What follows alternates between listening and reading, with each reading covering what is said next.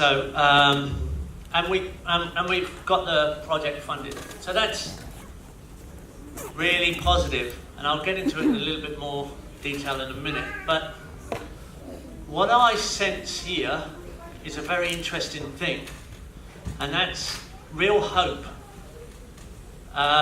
Malaysia, everybody hear me right at the back? Sound okay? I've got real hope for this situation. I didn't know a lot about Malaysia, a little bit. Like I say, I've started to learn a lot more. You're an unusual place. You are. You're a really unusual place. You know, you're right almost on the equator. I mean, you're 3 degrees from the equator here in Kuantan, where I've been. Köppen classification in climate, you're AF. Tropics, fully humid. You can't get any more tropical than that. That's real wet tropics. Of the 3 major climates in the world, the one that's hardest to not damage, or the hardest one to damage, let's get that wrong, isn't it? The easiest one to damage, let's go that way round, is the desert. The desert is very easy to damage, and it's easy to retain damage, to keep damaged. It doesn't take much to keep deserts damaged.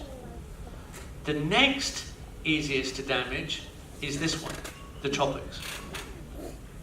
But unlike the deserts, which have hot temperatures as well, you have hot temperatures and high humidity and big rainfall. So if you back off, this climate recovers very fast. It stacks biomass like a dragster. It comes on super strong. I've just been driving through, we've just been driven through parts of Kuala Lumpur, and I was amazed looking at the regrowth in some of the derelict blocks of land. The succession of leguminous species, native and non-native, is rampant. That's very encouraging. That's very hopeful. We can work with that. We can build soils here super fast. They build themselves fast.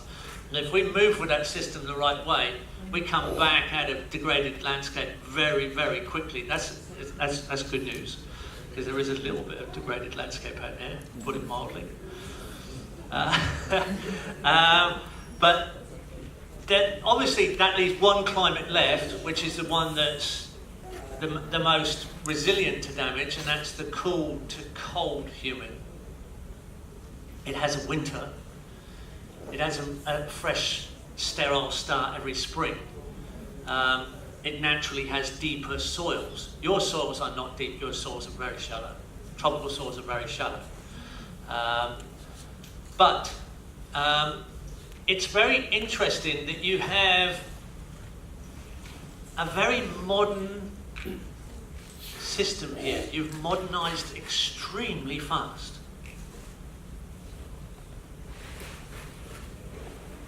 You're actually a very developed country in a very rapid time.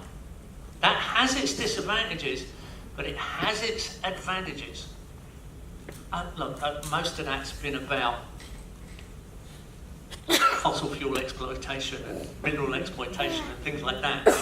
But that is what's built us the ability to talk to each other on smartphones and computers and run an internet and do all kinds of clever things. Let's not underrate what we've done.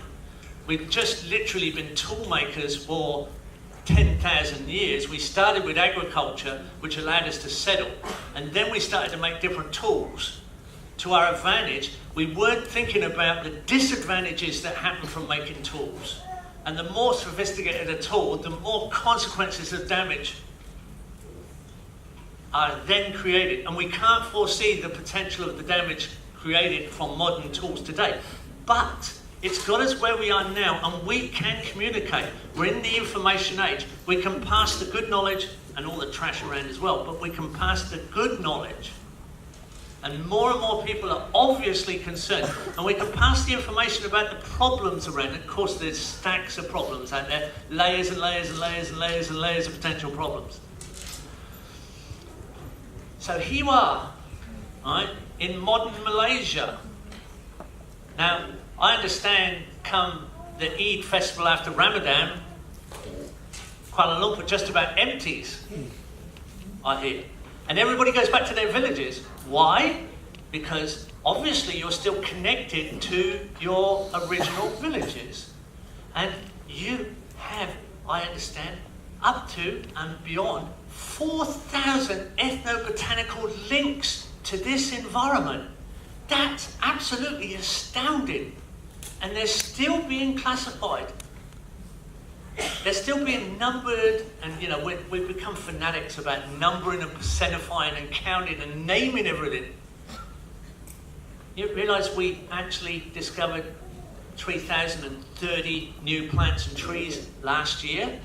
That's about how much we discover every year while we're destroying the world. We're still finding it, which is kind of bizarre, right? I mean, human knowledge started off looking at the stars and astrology and astronomy. That was like the ancient knowledge of mankind. And then they started to look at the earth itself. And then we got fanatical about numbering, percentifying and naming and classifying everything. And we're even changing the classifications of trees still. One of those 3,030 plants and trees that were discovered in 2015 was a legume tree, a legume, nitrogen-fixing tree in the Congo that's got a trunk like this. It's not a little thing, it's a big thing. And we just found it, and named it, of course, and put it in a classification. What I'm trying to point out is, there's not a lot of point to that. And there is a new knowledge, not just in permaculture, but in the academic cutting-edge world. We're now studying how things integrate. That's become the cutting edge of knowledge, integration. Now we're talking kind of permaculturist style. Because permaculture's a model of disciplines, and it's more about the connectivity of those disciplines than the disciplines themselves.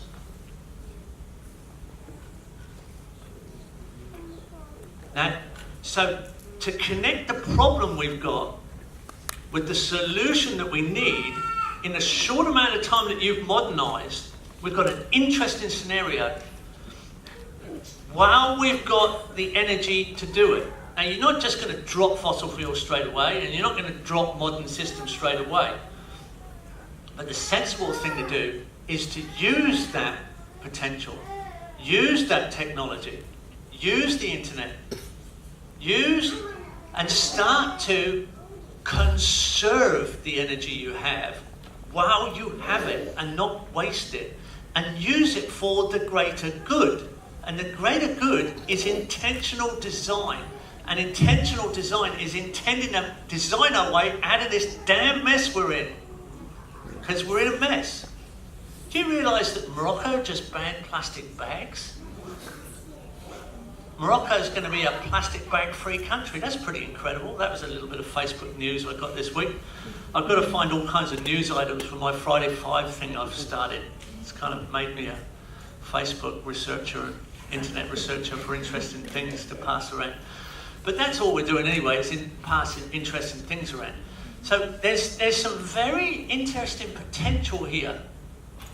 Extremely interesting. And we can combine that together. Because there's kind of a development end game coming up. We're coming to a development end game. And this country sort of typifies that. It's been a very successful country, except in agriculture.